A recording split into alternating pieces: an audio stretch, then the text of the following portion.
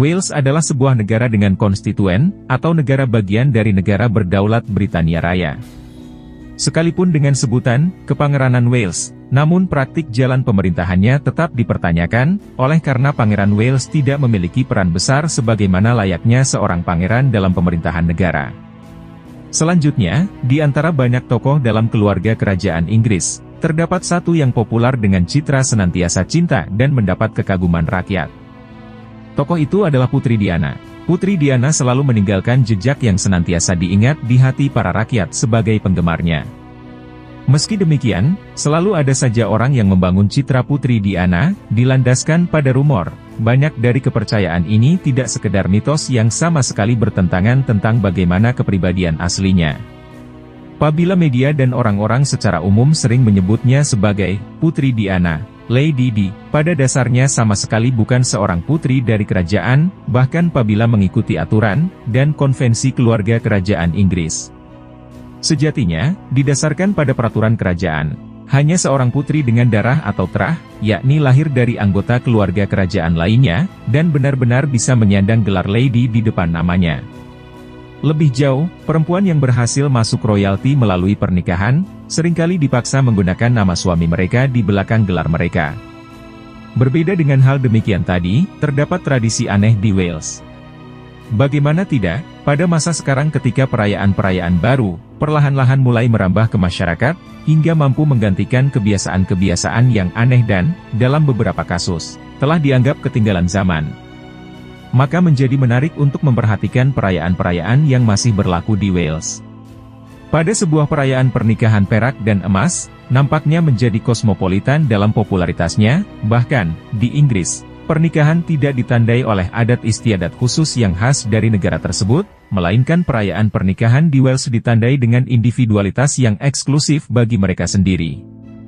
Hal ini adalah adat istiadat pernikahan yang aneh masih berlaku di Wales, terutama di wilayah barat. Ternyata, pernikahan melalui penangkapan, bahkan saat ini, sangat populer di Cardiganshire. Dalam pelaksanaannya, pada pagi hari pernikahan, pengantin laki-laki dan teman-temannya akan menuju kediaman ayah mempelai perempuan. Tujuan mereka adalah untuk menemukan pintu terkunci, bahkan kerabat serta teman mempelai wanita bersiap untuk melawan mempelai wanita. Di dalamnya akan ada kejadian perkelahian, kegembiraan, dan kadang-kadang permainan kasar terjadi, sampai ketertiban dipulihkan oleh juru bicara di masing-masing pihak, yang mengadakan dialog yang hidup, terutama dalam syair.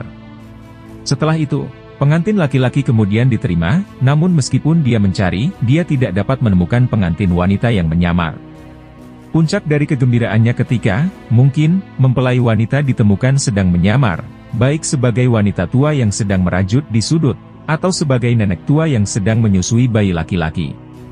Bayi laki-laki dianggap sebagai simbol keberuntungan, dan janji akan mendapatkan anak laki-laki daripada anak perempuan. Lebih daripada hal itu, dalam tinjauan historis, Kekaisaran Romawi harus diakui pernah menaklukkan daerah ini, dan memberi nama Wales, Cambria. Bahkan, Magnus Maximus, salah seorang kaisar terakhir, telah menikahi Ellen atau Helen, putri seorang kepala suku Wales dari Segontium, yang sekarang bernama Caernarfon. Kemudian, Wales tidak pernah ditaklukkan oleh suku bangsa Anglo-Saxon ketika Britania Raya diinvasi pada abad ke-7 Masehi. Demikian itu berkat perlawanan sengit penduduk setempat. Seorang Raja Saxon, Offa dari Mercia, tentu hal demikian itu memungkinkan membangun sebuah tembok raksasa sepanjang perbatasan kerajaannya guna menandai sebuah bagian besar daerah yang bernama Powys, yang telah direbut dari orang Wales. Ketika orang Normandia yang dipimpin oleh William, dengan mengalahkan Raja Harold di Hastings, Inggris dan menaklukkan mereka pada tahun 1066, Wales belum dikuasai. Wales baru dikalahkan pada tahun 1282 ketika Raja Edward I dari Inggris mengalahkan Pangeran Llywelyn yang terakhir, Pangeran Wales Merdeka yang terakhir. Untuk mengontrol orang Wales, orang Inggris membangun banyak kastil seperti di Caernarfon, Conway dan Harlech. Selain itu, Wales dianggap bagian dari Inggris dan kemudian Britania Raya sampai tahun 1955, ketika Cardiff dimaklumatkan sebagai ibu kota. Lalu pada tahun 1999, The National Assembly for Wales, Parlemen Wales, didirikan. Wales menempati kurang lebih 1/10 dari luas total Britania Raya, dengan luas sekitar 20.779 km persegi, 8.020 km². Menurut data dari statistik kriminalitas Britania Raya, kriminalitas di Inggris dan Wales meningkat pada periode antara tahun 1981 dan 1995.